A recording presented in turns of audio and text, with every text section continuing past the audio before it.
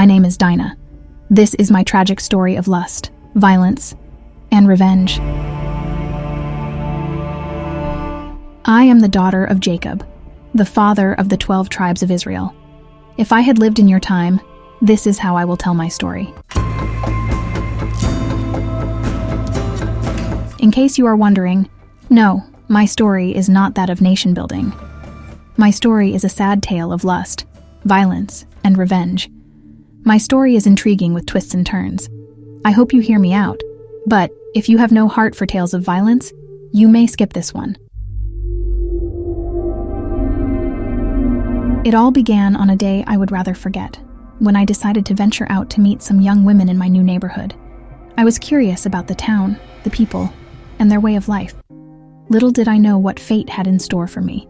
While I was out, this man named Shechem, who happened to be the son of the ruler of the town, got hold of me, dragged me to his house, and forcefully took advantage of me. He defiled me. He brought shame upon my name and the honor of my family.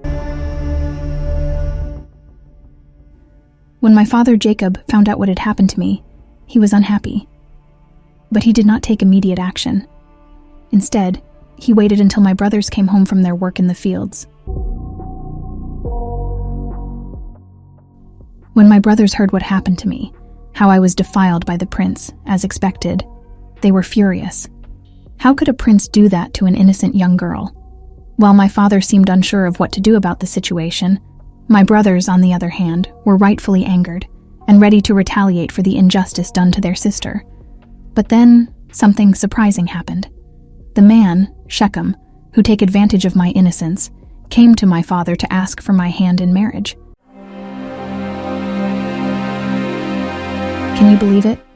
He had the audacity to come ask for my hand in marriage after what he did to me. He said he wanted to make things right by marrying me. When Hamor, the father of Prince Shechem, approached my family, he said to them, "My son Shechem is deeply in love with your daughter. Please, allow them to marry and let our families intermarry. We will gladly welcome your daughters into our community, and you can have our daughters as well. You can settle among us, live here, trade, and acquire property as you please." Then, Shechem himself spoke to my father and brothers. Trying to win them over, he said, "I will do whatever it takes to earn your favor. Name your price for the bride, and I will give you any gift you desire. Just let me marry her, for she has faced enough shame already." But my brothers, sensing an opportunity for vengeance, replied with deceit. They said, "We cannot agree to this unless you and all the males in your community undergo circumcision. Only then we can intermarry and become one people. But if you refuse, we'll take our sister and leave." I was taken aback by their demand, but it seemed they had a plan. I wondered how this would unfold, and what fate had in store for me and Shechem amidst these intricate negotiations. My brother's condition was acceptable to Hamor and Shechem, so they wasted no time in carrying out the condition. Shechem was particularly eager to marry me, and he quickly went to the city gate to discuss their plans with the men of the city.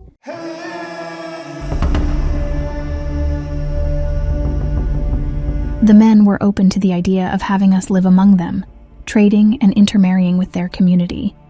They were willing to undergo circumcision for a chance to create unity and mutual acceptance between our families. To be honest, it was a huge surprise to see the men of the city agree to go through painful circumcision as adults. Nevertheless, everyone was circumcised as part of the agreement. That is when another twist happened. My brothers are about to reveal their secret intention all along.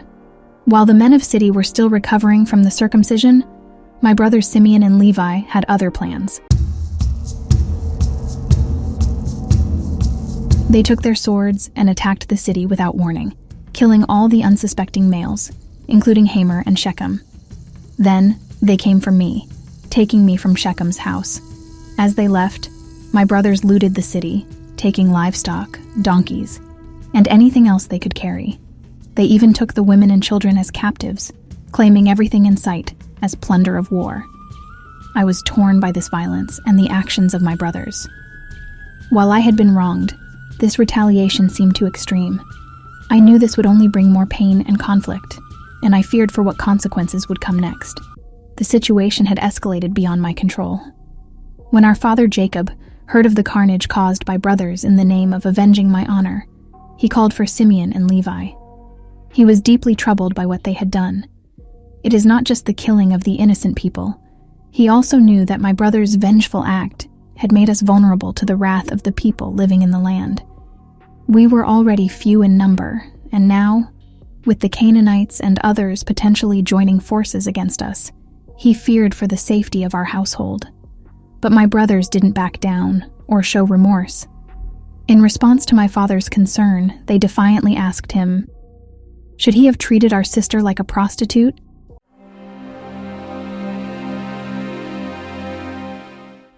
Their anger and protective instincts for me were evident, but their methods had caused even greater problems. They had forced the men of the city to undergo circumcision as a way to weaken them, taking advantage of their vulnerable state to avenge my honor. While the men were still in pain, Simeon and Levi carried out their brutal plan, killing all the males in the town. The consequences were devastating, as the city of Shechem lay in ruins. My father's faith in God's promise to protect us in the land was shaken as he imagined the repercussions of my brother's violent actions. It pained me to witness the consequences of this cycle of violence and deceit. While Shechem had wronged me, I couldn't help but feel sorrow for the loss of so many lives. My brothers had used circumcision, the sacred symbol of the covenant with God, as a means to deceive and murder, causing far more harm than justice required. Some would say I should be grateful to my brothers for defending my honor. I am. While I am grateful that my brothers stood up for me, I cannot ignore the brutality of their actions. But I hope for you can draw valuable lessons from my story. Firstly, Shechem was a prince and represented royalty, but he allowed a sense of entitlement and lust to control him. It's natural to be attracted to someone, but when desire leads to sexual sins, it becomes dangerous. He should have approached my father and sought my hand in marriage through proper channels. But instead, he resorted to forceful actions. This highlights the importance of not allowing the spirit of lust to dictate our behavior. Unchecked desires can lead us down destructive paths. His later attempts to do the right thing were too late, as the seeds of discord and hatred had already been sown by his initial actions. Our flesh can be a terrible master, if not controlled, leading us to make choices that bring about our own downfall. As Romans 13:14 advises, we should conduct ourselves honorably and not indulge in immoral behaviors. The act of sexual violation is not just evil, but also deeply traumatic for the victim, leaving them feeling worthless. That's how I felt. Although Shechem claimed he wanted to marry me afterward, the consequences of his initial actions remained. In examining this story, we must remember that violence and revenge only breed more pain and suffering. Forgiveness is the only path that brings healing and restoration. My brother's actions were driven by their inability to bear the shame of my dishonor. Fueled by anger and a desire for revenge, they crafted a plan without my father, Jacob's knowledge. It is a reminder that once we decide to engage in evil, the devil will gladly help us with plenty of ideas. The devil is the master of deception. He will gladly provide strategies that go against God's will if we let him. While Shechem's actions were undoubtedly wrong and inexcusable, wiping out his entire family was not God's intention, but rather the devil's influence on my brothers. This story serves as a powerful lesson that we must not allow unhealthy cravings for revenge to guide our actions, especially when they go against God's word. Instead, we should let the appropriate authorities handle matters of justice and law, rather than resorting to acts of vengeance. Seeking revenge and taking matters into our own hands goes against God's will and his principles of love and forgiveness. After their violent act, there was no indication that justice was served. Instead, God directed our father Jacob to leave that area and go to Bethel to settle there and build an altar. This shows that God's way is not one of vengeance and destruction, but rather a path of peace, forgiveness, and reconciliation. After the tragic events, my father gathered his household, urging them to get rid of their foreign gods and purify themselves. He understood that their hearts had been led astray, influenced by the culture and practices of the people around them. They had become cold-hearted and lacked consideration for God's thoughts and desires. This story serves as a sobering reminder of the dangers of allowing ourselves to be controlled by the values and behaviors of the world around us. Whether it is on the streets or on social media, it is essential to continually seek God's presence, guidance, and transformation in our lives, so we do not fall into the trap of destructive actions driven by revenge, anger, or cultural pressures.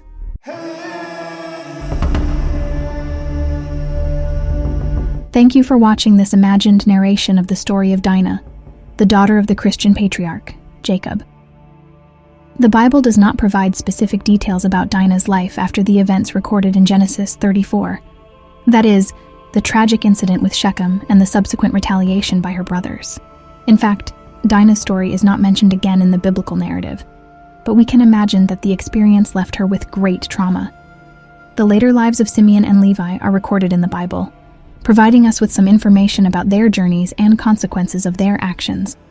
In Genesis 49:5 and 7, when Jacob was giving his blessings to his sons before his death, he addressed Simeon and Levi for their violence and anger. He said, "Simeon and Levi are brothers. Instruments of cruelty are in their dwelling place. Let not my soul enter their council. Let not my honor be united to their assembly. For in their anger they slew a man, and in their self-will they hamstrung an ox. Cursed be their anger, for it is fierce, and their wrath, for it is cruel. I will divide them in Jacob and scatter them in Israel." From this, it is evident that Jacob was displeased with their actions and their unrestrained anger. He pronounced a curse upon their wrathful behavior, and their descendants were subsequently scattered throughout the land of Israel, without being given a separate inheritance as other tribes received. Thank you for watching. God bless you.